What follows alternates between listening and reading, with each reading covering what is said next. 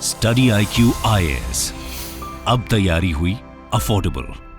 बचपन की साइंस की किताबों से लेकर के ग्रेजुअली जब आप बड़े हो रहे होंगे तो जुरासिक पार्क की कई सारी मूवीज में डायनासोर्स का जो कॉन्सेप्ट है, डायनासोर्स का जो वर्ल्ड है, that has always been something that has fascinated the human kind. हम हमेशा से उनके बारे में जितना जानते हैं उससे और भी ज़्यादा जानना चाहते हैं। अलग अलग क्वेश्चंस हमारे मन में आते रहते हैं, लेकिन इन सबके बीच में एक बात खास होती है कि जो इनका एक तरीके से आप इलस्ट्रेशन कहते हो या फिर इनका जो डिस्कशन कहते हो, वो वेस्टर्न वर्ल्ड में तो बहुत ही प्रोमिनेंटली हुआ है। चाहे आप डायनासोर की बात करो या फिर उनसे रिलेटेड एक मिथिकल कैरेक्टर की बात करो जो कि ड्रैगन्स हैं। जो आप GOT ले लो, गेम ऑफ थ्रोन्स ले लो, हैरी पॉटर की मूवी सीरीज ले लो, रिसेंटली मार्वल ने एक मूवी रिलीज की थी, उसके अंदर भी आपको ड्रैगन्स देखने को मिल जाते हैं। जुरासिक वर्ल्ड, जुरासिक पार्क, कई सारे क्रिएटिव वर्ल्ड में या फिर आप कह सकते हो जो फिल्मिंग की दुनिया होती है, फिल्मोग्राफी की दुनिया होती है, वहां पे आपको इसका रिप्रेजेंटेशन या डिपिक्शन देखने को मिल जाता है। लेकिन इन सारे पॉपुलर कल्चर के आइकन्स के बीच में बहुत ही कम बात होती है कि डायनासोर्स का रेलेवेंस इंडियन कॉन्टेक्स्ट में क्या है। इंडिया, क्योंकि हमने सबने सुना हुआ है कि डायनासोर्स जो थे वो एक टाइम पीरियड था, जो कि अभी हम डिस्कस करने वाले हैं, किस टाइम पीरियड में वो प्रेवलेंट थे ऑन दिस प्लैनेट। तो उस टाइम पीरियड में वो ऑल ओवर द वर्ल्ड, पूरे दुनिया में हर एक कॉन्टिनेंट में फैले हुए थे, रिमोटेस्ट कॉर्नर में पाए जाते थे। तो क्यों नहीं पॉपुलर कल्चर में जो डिस्कशन होता है, जो एक तरीके से आप कह सकते हो जो पैराडाइम है, वो क्यों नहीं इंडिया की तरफ ओरिएंटेड है? ऐसी कई सारी बातों को आज के लेक्चर में हम जानने वाले हैं। नमस्कार, मैं उत्कर्ष सिंह एंथ्रोपोलॉजी के इस नए वीडियो में आप सबके साथ आज डिस्कस करने वाला हूं, is India the cradle of dinosaur fossils. और इसको स्टार्ट करने से पहले हमें लास्ट लेक्चर में हमने ऑल्दो जियोलॉजिकल टाइम स्केल्स को इंडियन कॉन्टेक्स्ट में समझा था, जो इंडिया की मनवांतर वाली या फिर इंडिया में जो काल का, टाइम का कॉन्सेप्ट है, उसके साथ एक पैरेलल वे में उसका डिस्कशन किया था। पर एक मोस्ट साइंटिफिक अप्रोच के साथ आज हम इसको डील करते हैं, जियोलॉजिकल टाइम स्केल, स्पेसिफिकली वो पीरियड जो कि डायनासोर्स के साथ या फिर डायनासोर्स के फॉसिल की डिस्कवरी के साथ कंसर्न्ड है। सो यहाँ पे आपको दिख रहा है, I particularly zoomed out this part of the geological time scale. ये पूरी की पूरी आपको टाइम स्केल यहाँ पे देखने को नहीं मिल रही है। इयॉन्स यहाँ पे आप देख रहे हो, फेनेरोजोइक इयॉन है। Let us first change the colour. ये आप देख रहे हो फेनेरोजोइक, आपको यहाँ पे इयॉन देखने को मिल रहा है। इसको छोड़ के भी प्रोटीरोजोइक है, आर्कियन है, और एक सॉर्ट ऑफ नॉन ऑफिशियल या फिर आप कह सकते हो हर जगह उसको माना नहीं जाता है, वैलिडेट नहीं किया गया है, हेल्डियन करके एक इयॉन है। ये सारे आपको 4 इयॉन देखने को बेसिकली मिलते हैं। तो उसमें से हम बेसिकली जो हमारा आज का पूरा टॉपिक है वो किसके अराउंड सेंटर अराउंड कर रहा है, किसके अराउंड रिवॉल्व करेगा, वो है इस फेनेरोजोइक इयॉन के आसपास। हमने कल डिस्कशन किया था कि पूरा का पूरा जो जियोलॉजिकल टाइम स्केल का कॉन्सेप्ट है, ये अर्थ की पूरी लिविंग हिस्ट्री को एक तरीके से अपने रेल्म में कवर करता है, अलग अलग टाइम यूनिट्स के अंदर में बांटता है। और ये ऊपर के आपको जो क्लासिफिकेशन देखने को मिल रहे हैं, जो ब्लॉक्स है, ये सब वो यूनिट्स है। Ion is 1 unit, the biggest, the largest unit in this geological time scale. उसके अंदर में आपको एरास का डिवीजन देखने को मिल जाता है, जो कि आपको देख रहा है यहाँ पे। फेनेरोजोइक में बात करो तो 3 मेजर आपको एरास देखने को मिलते हैं। जो सबसे ऊपर है, जो ये ऊपर वाला जो ऑर्डर है वो अर्लीस्ट है, और ये नीचे सबसे ओल्डर ऑर्डर जो पहले आ चुके हैं। तो रीसेंट में आप बात करते हो तो Cenozoic era, the recent era, उसके बाद मीजोजोइक और पेलियोजोइक, ये आपको देखने को मिलता है। एरास के भी आप नीचे आते हो तो आपको यहाँ पे पीरियड्स का कॉन्सेप्ट मिलता है, जिसमें यहाँ पे आप देखते हो क्वार्टरनरी और आपका टर्शरी, 2 पीरियड आपको देखने को मिलते हैं। इन दोनों को अगर आप मर्ज कर देते हो तो क्वार्टरनरी के साथ साथ एक क्वार्टरनरी पीरियड है और दूसरा आपका टर्शरी पीरियड आपको देखने को मिलता है। अब ये जो साइकिलिंग इसका क्लासिफिकेशन है, ये अलग अलग समय पे बदलता रहता है। कई सारे जो जियोलॉजिस्ट होते हैं और बाकी भी नेचुरल साइंटिस्ट होते हैं, वो अपनी रिसर्चेस पे बेस करके टाइम फ्रेम या फिर बाकी जो चीज़ें हैं क्लासिफिकेशन की, उसको एक तरीके से सबमिशन देते हैं उसके ऑल्ट्रेशन के लिए या फिर उसमें मॉडिफिकेशन के लिए। तो आपको अलग अलग सोर्सेज में अलग अलग, जैसे यहाँ पे आपको नियोजीन, पेलोजीन, क्वार्टरनरी के साथ देखने को मिल रहा है। दूसरे सोर्सेज को आप प्रेफर करोगे, दूसरी जगह पे अगर आप जियोलॉजिकल टाइम स्केल्स को खोल के देखते हो तो आपको वहाँ पे क्वार्टरनरी के साथ टर्शरी पीरियड का देखने को मिलेगा। तो कंफ्यूज मत होइएगा, जो साइकिल है, जो टाइम पीरियड है, जो ड्यूरेशन है, वो सेम रहता है। कई लोग उसको जो यूनिट्स है उसको फर्दर डिवाइड करते रहते हैं या फिर अलग ब्लॉक्स में, अलग यूनिट्स के अंदर में क्लासिफाई कर देते हैं। यहाँ पे आपको पीरियड्स के अंदर जो फाइनली मिलेगा, यहाँ पे सबसे छोटा आप कह सकते हो, सबसे छोटा इन द सेंस, ये भी छोटे का मतलब ये डेज या फिर ईयर्स में नहीं आ रहा है, ये भी 1000 ऑफ ईयर्स और कई बार तो 1000 से भी ज्यादा ईयर्स में फैला हुआ होता है, जो आपके इपॉक्स होते हैं। लेकिन फिर भी compare to all these other units, all the other blocks in the geological time scale like eon, era and period, this is smaller as per the duration is concerned। तो यहाँ पे आपको देखने को मिल रहा है कि क्वार्टरनरी के अंदर में, यहाँ पे एक हम डार्कर शेड लेते हैं, येलो से मार्किंग, इसलिए क्वार्टरनरी के अंदर में आपको ये 2 देखने को मिल रहे हैं इपॉक्स। होलोसीन है आपका और प्लीस्टोसीन है।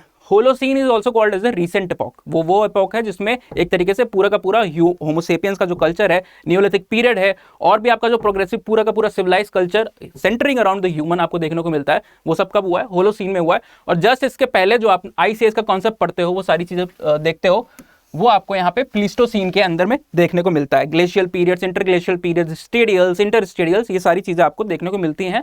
और ये जो आपको टाइम स्केलिंग होती है, the Holocene is believe to be have been started around 11 KYA। KYA stands for, जब भी हम लिखेंगे टाइम को डिस्कस कर रहे होंगे तो यहाँ पे बेसिकली मैं बता दे रहा हूँ, फॉर वंस माया और काया, ये होगा इसका एब्रिएटेड फॉर्म में। अगर आप देखो तो कहोगे आप ये मिलियन ईयर्स अगो या फिर 1000 ईयर्स अगो, मोस्टली आपने सुना होगा। For those who have not gone through this और have not yet heard of it, वो लोग यहाँ पे इसको एज अ रेफरेंस नोट कर सकते हो बाद के लेक्चर्स के लिए, ताकि आपको आसानी हो समझने में। तो ये 11,000 साल पहले के आसपास माना जाता है। ड्रायर्स और यंगर ड्रायर्स का कई सारे पीरियड्स हैं, उसमें कोई वार्मर पीरियड हो रहा है, कोई कंपैरेटिवली लेस वार्मर पीरियड हो रहा है, कंपैरेटिवली मोर कोल्डर पीरियड हो रहा है। इसी के अराउंड में ये होलोसीन आपका जो रिसेंट एपॉक है वो शुरू होता है। इसके पहले का जो एपॉक है प्लीस्टोसीन, यहाँ पे आप देख रहे हो just for the visibility purpose, क्योंकि ये आपको जितना भी मुझे जल्दीबाजी में मिला उसमें से सबसे सूटेबल आपको ये वाला चार्ट देखने को मिल रहा था, जिसमें जूम्ड आउट वे में जो हमको आज पार्ट डिस्कस करना है जुरासिक का और ट्राइसिक पीरियड का, वो इसमें जूम्ड आउट में ज़्यादा कलर वाइब्रेंस के साथ है, इसलिए मैं इस टेबल को यूज़ कर रहा हूँ। लेकिन यहाँ पे आप देखते हो, यहाँ पे जो इपॉक में प्लीस्टोसीन का क्लासिफिकेशन है, ये यहाँ पे 1.5 मिलियन ईयर्स अगो दिया हुआ है, m.y यहाँ पे लिखा हुआ है, जो कि अब एक आउटडेटेड नोशन है। इन द करंट ट्रेंड, जो करंट रिसर्चेज हुई हैं, करंट वर्क हमारे सामने है, उसमें the Pleistocene is believe to be stretched to around 2.6 million years ago. तो इसमें टेंशन लेने की जरूरत नहीं है। अभी हम इसको एज अ इंटरेक्टिव सेशन के अंदर में ले रहे हैं। जब लाइव लेक्चर्स होते हैं तो हम द मोस्ट रेलिवेंट जो होता है, मोस्ट ट्रस्टेड होता है, मोस्ट ऑथेंटिकेटेड सोर्सेज के साथ उसको आपको समझा रहे होते हैं और पूरी की पूरी जियोलॉजिकल टाइम स्केल को डिस्कस कर रहे होते हैं बिफोर स्टार्टिंग पेलियोंटोलॉजी और दी फिजिकल एंथ्रोपोलॉजिकल लेक्चर्स। जहाँ पे हमको प्राइमेटोलॉजी की बात करनी है, ह्यूमन इवोल्यूशन की बात करनी है, उसमें हम पूरी की पूरी जियोलॉजिकल टाइम स्केल के ऊपर एक लेक्चर डील करते हैं, जिसमें आपको ये सारी चीज़ें बारीकी से समझाई जाती हैं। पर यहाँ पे क्योंकि हम एक सिंपल सा टॉपिक डिस्कस कर रहे हैं, एक सर्टेन स्पेसिफिक टॉपिक डिस्कस कर रहे हैं which is concerned with the origin, the speciation और extension of dinosaurs and also their relation और relevance in the Indian context. तो यहाँ पे आपको सारे का सारा जियोलॉजिकल टाइम स्केल बताने की कोई जरूरत नहीं थी, इसीलिए हम यहाँ पे इसको, इस टेबल को यहाँ पे यूज कर रहे हैं। इसके अंदर भी आप देखते हो जो टर्शरी पीरियड होता है, नियोजिन पेलियोजिन का यहाँ पे हमने रेफरेंस दिया हुआ है। अगर ये नहीं लिखा होता और टर्शरी इसके अंदर पीरियड लिखा होता तो उसके अंदर में 5 ग्रुप्स आ जाते हैं, जिसमें आपका प्लियोसिन है, मायोसिन है, ओलिगोसिन है, इयोसिन और पेलियोसिन आता है। जस्ट जैसे ही ये पीरियड खत्म होगा, फिर हमारा आज के लेक्चर के हिसाब से जो कंसर्न टाइम पीरियड है वो स्टार्ट हो जाता है। That is also known as, अगर आप एरा के लेवल पे बात कर रहे हो तो we will call that Mesozoic era, और अगर आप बात करते हो पीरियड के तौर पे तो उसको आप कहोगे ट्रायसिक टू क्रिटेशियस। अब डायनासोर का पूरा जो एग्जिस्टेंस है दैट कैन बी रफली divided between in this Mesozoic era mid, ये भी आपका अलग अलग लेवल्स में बटा होता है। ट्रायसिक है तो ये सिर्फ अकेले अपने आप में वो नहीं है, इसके अंदर भी फर्दर क्लासिफिकेशन होते हैं, फर्दर यूनिट्स होते हैं, शॉर्टर टाइम पीरियड्स को बांटा जाता है। वहाँ पे आपको देखने को मिलेगा लेट, मिडल और अर्ली। तो ये कब डायनासोर्स हमको पहले जो अभी एविडेंसेस हैं उसके तौर पे हम क्या कह सकते हैं, उसके बेसिस पे हम क्या कह सकते हैं कि जो डायनासोर्स का आपको इवोल्यूशन देखने को मिलता है, जो उनका ओरिजिन देखने को मिलता है from the parental ancestral stock, जिससे वो इवॉल्व होके आए हैं, जो उनके एंसेस्टर्स होंगे, उससे इवॉल्व होने के बाद हमको अराउंड मिड ट्रायसिक के आसपास ये देखने को मिलता है कि ओरिजिनेट हो रहे हैं। रफली अगर आप बहुत लंबी बाउंड्री खींचते हो तो आप कह सकते हो 250 मिलियन ईयर्स अगो के आसपास का ये टाइम पीरियड है। और अगर आप मोर स्पेसिफिक जाते हो तो it is around 242 to 245 million years ago in the middle Triassic period. ये आप देख रहे हो। और किसके अंदर एरा कौन सा है आपका? मेसोजोइक एरा है। और इयॉन तो यहाँ पे एक सेम कॉमन इयॉन है फेनोरोजोइक, जिसके अंदर में सारे के सारे आते हैं। इसके बाद आप देखते हो जुरासिक तक जाने इन सबके बीच में कई सारे मास एक्सटेंशन भी होते हैं। हमारे पास अभी इतना टाइम नहीं है कि हम कई सारे मास एक्सटेंशन को through out the natural history of the earth कई सारे एक तरीके से आप कहते हो rapid mode of mass extension हमको देखने को मिला है, जहां पे पूरी की पूरी बहुत ज्यादा पॉपुलेशन, कई सारी स्पीशीज जो है जिनका एंड हो गया, एक्सटिंक्शन हो गया। तो वो जस्ट आपको इससे पहले भी आपको ट्राइसिक से पहले देखने को मिलती है और क्रिटेशियस के बाद भी आपको देखने को मिलती है। उस मास एक्सटेंशन में भी यहाँ पे आपको देखने को मिलता है कि कई सारे एडेप्टेशंस की वजह से कुछ स्पीशीज जो है बचती हैं, जो नेचुरली सेलेक्ट होती हैं, कुछ जो होंगी वो पूरी तरीके से वॉश आउट हो जाएंगी from the surface of the earth. तो यहाँ पे आप बात करो जुरासिक तक जाते जाते इनका प्रेवलेंस और देखने को मिलने लगता है, और फाइनली क्रिटेशियस जो कि लास्ट फेज था जिसमें डायनासोर्स के हमको एविडेंसेस या फिर फॉसिल मिलते हैं, जो कि बिलीव्ड पीरियड है कि यहाँ तक वो एग्जिस्ट करते थे 66 मिलियन ईयर्स अगो। यहाँ पे 65 लिखा हुआ है, इट इज रफली extended to around 66 million years ago. यहाँ पे फाइनली उनका इस पीरियड के अराउंड उनका एक्सटेंशन देखने को मिलता है। और यहाँ तक आते आते between this cretaceous and Jurassic speciation peak out कर रहा होता है, और वो बहुत सारे ऐसे फीचर्स लाते हैं जिसकी वजह से पूरा का पूरा ग्रुप डाइवर्सिफाई हो सकता है और मल्टीपल स्पीशीज का ओरिजिन होता है। ये तो रही जीटीएस की बात, यानी कि जियोलॉजिकल टाइम स्केल पे हम किस तरह से इसको डील कर सकते हैं, किस तरह पे इसका लोकलाइजेशन होता है। आप समझ गए कि किस टाइम पीरियड में हमको इसको बांधना है या लोकेट करना है। After that what you can see कि हम ओरिजिन की एक बार ब्रीफ में बात कर लेते हैं और उनके एक्सटिंक्शन की बात कर लेते हैं, कुछ फन फैक्ट्स की बात कर लेते हैं before moving out to the Indian context, जो कि आज का हमारा लेक्चर का एक तरीके से क्रक्स है। ओरिजिन की अगर आप बात करते हो तो डायरेक्टली इनका एक तरीके से जैसे ह्यूमंस हैं, humans have also evolved over a longer course of period, जो कि आप प्राइमेटोलॉजी के अंदर में, पेलियोंटोलॉजी के अंदर में फॉसिल के एविडेंसेस से मेक आउट कर रहे होते हो, किस तरीके से फिगर आउट कर रहे होते हो उन सारी चीज़ों को एक कंपैरेटिव एनालिसिस के तौर पे। सिमिलरली ये भी कहीं ना कहीं से आए होंगे, ये टपक तो नहीं गए कहीं से हवा में से, इसलिए आप देखते हो अगर बात करते हो कि कहाँ से आए, तो एक फैमिली है जिसको आप कहते हो आर्कोसौर फैमिली। आर्कोसौर फैमिली एक कॉमन फैमिली है जिसमें से सिर्फ डायनासोर नहीं और भी कई सारे क्रोकोडाइलियन स्पीशीज जो आप देखने को मिलती है आपको। इसके साथ भी कुछ स्पीशीज की हम बात करेंगे जो कि फाइनली एवियन के अंदर में आ गए। एवियन ग्रुप यानी कि जिसको एप्स का ग्रुप कहते हो, फ्लाइंग ग्रुप जिसमें आते हैं सारे के सारे आपके फ्लाइंग यानी कि बर्ड्स जिसमें आ जाते हैं, उसकी आप बात कर रहे होते हो, तो वो सारे के सारे इस कॉमन एक फैमिली के अंदर में से ओरिजिनेट आपको होते हुए देखने को मिलते हैं।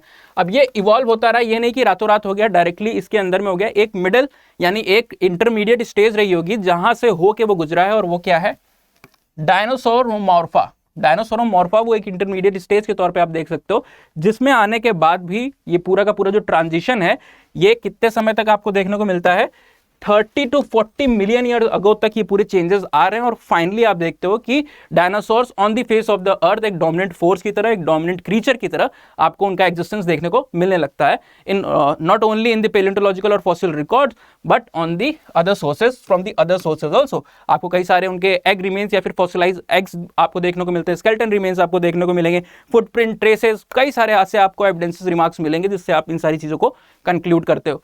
नेक्स्ट आप बात करते हो कि अर्ली डायनासोर्स की जो साइज होती है वो इतनी ज़्यादा नहीं होती थी जिस हिसाब से हमको मूवीज़ में दिखाया जाता है या पॉपुलर कल्चर में जैसे एक कंसेप्शन नोशन बना हुआ है। साइजेस जो थी वो अर्ली में बहुत छोटी होती थी और साइज का जो रेंज है वो भी बहुत ज़्यादा डाइवर्सिफाई कर चुका है। लास्ट स्लाइड में हमने कहा कि मास एक्सटेंशन हो रहे हैं, कई सारी चीज़ें हो रही हैं, एक से दूसरे फेज में जब ट्रांजिशन हो रहा है तो भी कई सारी ऐसी एक्टिविटीज़ हो रही है जिस वजह से नए ग्रुप्स आ रहे हैं, इसलिए साइज का जो रेंज था वो भी बहुत ज़्यादा आपको देखने को मिलता है डायनासोर्स के बीच में। The smallest size can be at as less as a pigeon, pigeon की तरह आप कह सकते हो, पिजन की साइज के बराबर स्मॉलेस्ट साइज आपको देखने को मिलता था।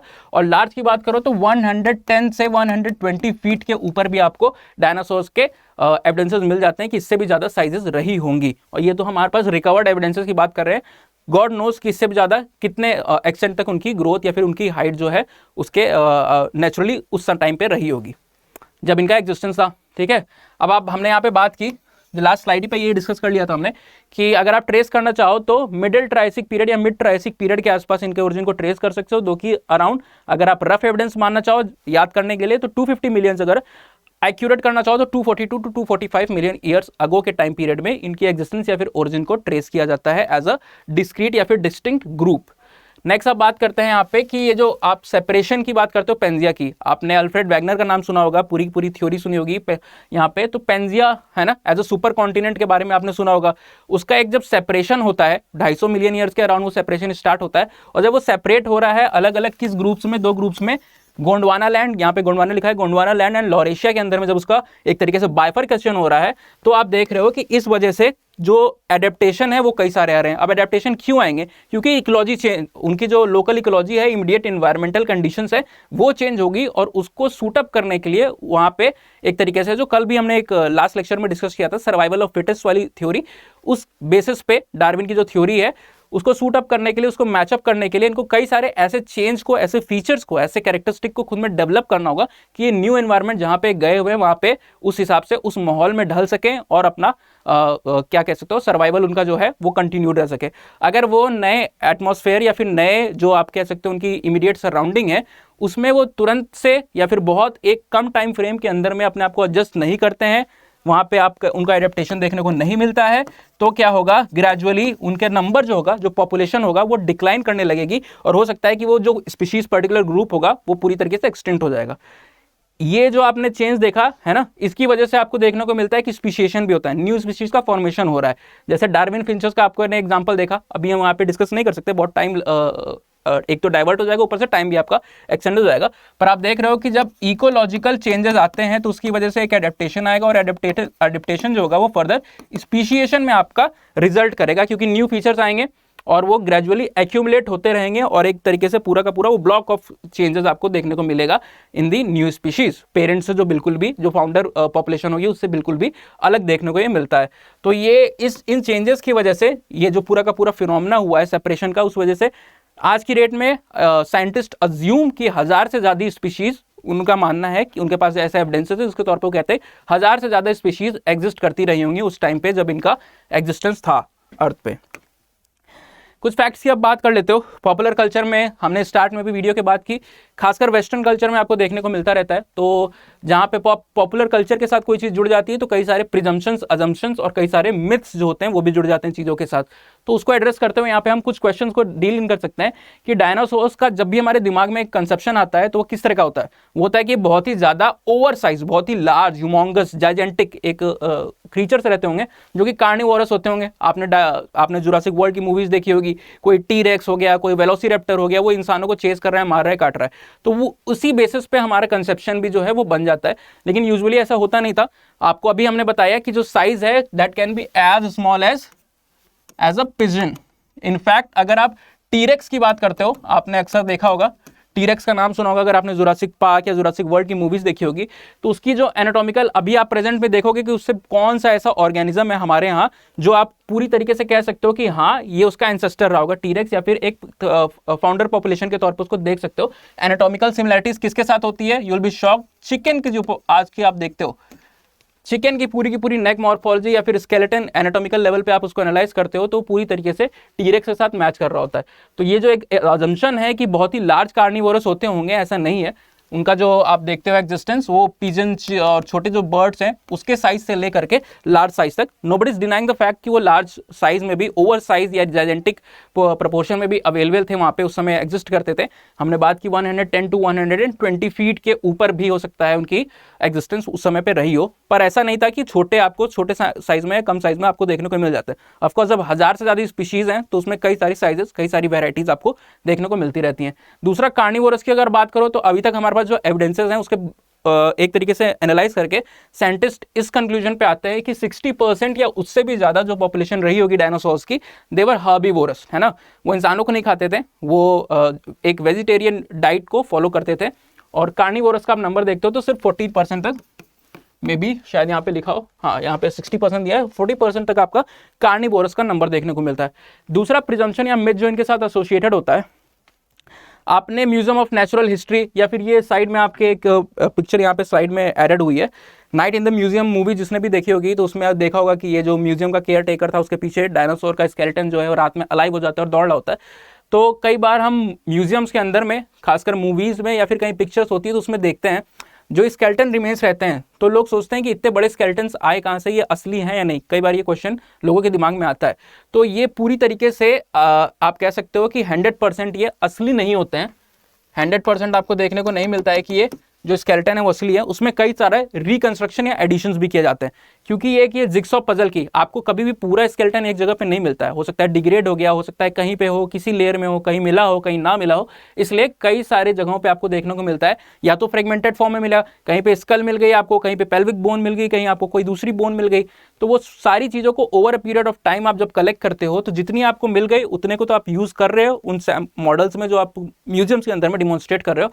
जो नहीं मिली उसको आप अपने एक तरीके से रिकंस्ट्रक्शन के मॉडल को यूज़ करते हो। पहले तो वो एक इमेजिनरी, है ना, गेस वर्क के तौर पे होता था, जिस वजह से कई सारे एरर्स भी आते थे। पर मॉडर्न टूल टेक्नोलॉजी के माध्यम से अब जो हम रिकंस्ट्रक्शन करते हैं वो काफ़ी ज़्यादा एक्यूरेट आपको देखने को मिलता है। फिर भी हम एक तरीके से वो एक्यूरेसी जो है कहीं ना कहीं कह सकते हो आप 99% तक पूरी है, लेकिन 1% फिर भी कम होती है। तो कई सारे नेचुरल एलिमेंट को यूज़ करके, रेजिन्स और बाकी सारी चीज़ों को यूज़ करके कई सारे टाइप के फाइबर्स को यूज़ किया जाता है और रिकंस्ट्रक्ट किया जाता है वो पार्ट जो आपका ओरिजिनली आपको रिकॉर्ड में नहीं मिला होता है, जिसके फॉसिल्स आपको नहीं मिले होते हैं। तो ये सीन होता है जो म्यूजियम में आपको देखने को मिलते हैं, पूरे के पूरे बहुत जाइजेंटिक स्केलेटन्स। उसके पीछे का ये ट्रूथ है जो आप मिथ को यहाँ पे कह सकते हो कि वो मिथ बस्ट होता है जो लोग सोचते हैं कि पूरा का पूरा सैंपल रियल है या फिर पूरा का पूरा सैंपल रिकंस्ट्रक्टेड है। ये दोनों केस ऐसे नहीं होते हैं, इसके सच जो है इसके बीच में आपको देखने को मिलता है। नेक्स्ट होता है ड्रैगन्स। हमने भी शुरुआत में बात की, हैरी पॉटर की आप मूवी देख लो, अभी जो मार्वल की रिसेंट मूवीज आई है वो देख लो, आप जीओटी देख लो। पॉपुलर कल्चर में आपको in the myths and mythology tales of every society, खासकर चाइना में आप जाओ, यूरोप में जाओ, किसी भी कॉन्टिनेंट में देश में जाते हो तो आपको ऐसे कई सारे ड्रैगन्स में, खासकर जो जिनके मुंह से आप देखते हो आग आ रही है ना, ये लोगों के दिमाग में आता है डायनासोर्स के साथ सिमिलैरिटीज दिखती है। गॉडजिला की मूवी की बात कर लो तो लोग कई सारा इन दोनों के बीच में सिमिलैरिटीज ढूंढते हैं, पर ऐसा नहीं है। डायनासोर्स हैं, उसके आपके पास फॉसिल ट्रेसेस हैं, फॉसिल एविडेंसेस हैं, हमको पता है कि वो कब और किस टाइम पीरियड में एग्जिस्ट कर रहे थे। ड्रैगन्स के साथ ऐसा केस नहीं है, उनको एक आप कह सकते हो इमेजिनरी या फिर मिथिकल क्रीचर्स के तौर पे देख सकते हो, नैरेटिव्स में प्रेजेंट है पर उसके कोई हमारे पास एविडेंस नहीं है, हमें नहीं पता वो कब एग्जिस्ट करते हैं। खास बात, अगर आप सिर्फ स्टोरी के बेस पे अगर इसको एनालाइज करना चाहो, ये वैसे तो हमारे पास फॉसिल्स नहीं है, लेकिन अगर स्टोरी के बेसिस पे भी आप करो तो डायनासोर के टाइम पे, specially during the letter period Cretaceous में जब उनका एक्सटेंशन होने वाला था, तो मैमल्स तो उस समय आ गए थे, मैमल्स का इवोल्यूशन आप कह सकते हो गया था, छोटे मैमल्स आपको देखने को मिल रहे थे, अर्ली मैमल्स, लेकिन ह्यूमंस तो तब तक नहीं आए थे ना। तो ये दोनों एक समय पे, ह्यूमंस और डायनासोर का पॉपुलेशन कभी को एग्जिस्ट नहीं कर रहा था। जबकि पॉपुलर कल्चर में आप देखते हो, चाहे आप जीओटी उठाओ, हैरी पॉटर उठाओ, कोई भी देखो, आपको देखने को मिलेगा स्टोरीज में कि ड्रैगन्स और ह्यूमंस के बीच में इंटरेक्शन है, ठीक है। तो ये सारी चीज़ आपको देखने को मिलती है। आप अक्सर जो फायर एलिमेंट है वो ड्रैगन्स के साथ एसोसिएटेड होता है, लेकिन आपको कोई भी ऐसा फॉसिल हमारे पास या कोई भी ऐसा एविडेंस नहीं है पेलियोंटोलॉजी में, आर्कियोलॉजिकल रिकॉर्ड्स में, जिसको एनालाइज करके हम ये बात कह सके कि डायनासोर्स भी इस तरह की आग को प्रोड्यूस कर सकते थे, आग को, फायर को एमिट कर सकते थे फ्रॉम देयर माउथ। तो कई सारे डिफरेंसेस हैं। तो यहाँ पे आप क्लियर कट में समझ सकते हो कि एक ये इमेजिनरी, एक एब्स्ट्रैक्ट कॉन्सेप्ट है ड्रैगन्स की एग्जिस्टेंस का, जो स्टोरीज में, नैरेटिव्स में, पॉपुलर कल्चर में आपको देखने को मिलता है, ड्रामास में देखने को मिलता है, मूवीज में। जबकि डायनासोर एक आपको पेलियोंटोलॉजिकल या फिर आर्कियोलॉजिकल रिकॉर्ड्स में देखने को मिलता है और एक रियल कॉन्सेप्ट है, ठीक है। लास्ट क्वेश्चन आ जाता है कि ये हैवी वेट क्यों क्यों होता था। आपने भी देखा होगा काफी बल्कि होते हैं, मूवीज में देखा होगा। वेट की आप बात करो तो एटलीस्ट जो हायर रेंज है 50 to 70 टन्स तक जा सकती है ना। इतने ह्यूज होते थे ये लोग। फीट की आपने बात की, लेंथ आप देख रहे हो 110-120 फीट के ऊपर की इनकी हाइट आपको देखने को मिल रही है। तो इतना ज़्यादा वेट है, तो एलिफेंट का उतना सा वेट होता है, इनके आगे तो कुछ नहीं होता है। तो फिर भी उसकी जो आप कह सकते हो लोकोमोशन में बहुत ज़्यादा रिड्यूस जाती है, कम हो जाती है, उतने तेज़ी से नहीं दौड़ पाती है। तो आप अगर इनके बारे में देखोगे तो इनकी साइज बहुत ज़्यादा है, तो आप ये सोच रहे होगे कि इनकी भी जो स्पीड होगी, लोग सोचते हैं कि वो बहुत धीमे दौड़ते होंगे, लेकिन ऐसा नहीं होता है। टीरेक्स का आप एग्जांपल ले लो, टीरेक्स जाइजेंटिक होता है, बहुत ज़्यादा बड़ा होता है इन साइज एंड प्रोपोर्शन। आपने अगर मूवी देखी होगी तो उसमें आपने देखा होगा इसको, लेकिन फिर भी जो एवरेज स्पीड उसकी मानी जाती है, एविडेंसेस जो मिले उसके तौर पे कैलकुलेट की जाती है, कहा जाता है कि 20 किलोमीटर पर आवर तक उसका लोकोमोटरी स्पीड हो सकती है, जो कि एवरेज इंडिविजुअल की लोकोमोशन की स्पीड से या फिर रनिंग की स्पीड से काफ़ी ज़्यादा देखने को मिलती है। और ये टीरेक्स की बात हो रही है। कई सारे जो हैवी होते हैं, मिड साइज होते हैं, हमसे तो एटलीस्ट 5 to 10 टाइम्स हैवी होते हैं। और फॉर एग्जाम्पल आप वेलोसिरैप्टर की बात करो तो वो 60 किलोमीटर पर आवर की स्पीड से भी तेज देखने को मिल जाता है। और जो फास्टेस्ट आपको देखने को मिलता है वो around 80 to 85 kilometre per hour की स्पीड से डायनासोर्स रन कर सकते थे। तो जो ये हैवी वेट होता था, इनके जो स्केलेटन मॉर्फोलॉजी एनाटॉमी होती थी इस तरीके से डिजाइन होती थी कि इस हैवी वेट के बावजूद भी इनकी जो एवरेज लोकोमोटरी स्पीड होती थी, रनिंग स्पीड होती थी, वो ह्यूमन से तो कई ज्यादा फास्ट होती थी। ह्यूमन से एटलीस्ट 2 to 3 टाइम्स आपको देखने को मिल जाती है।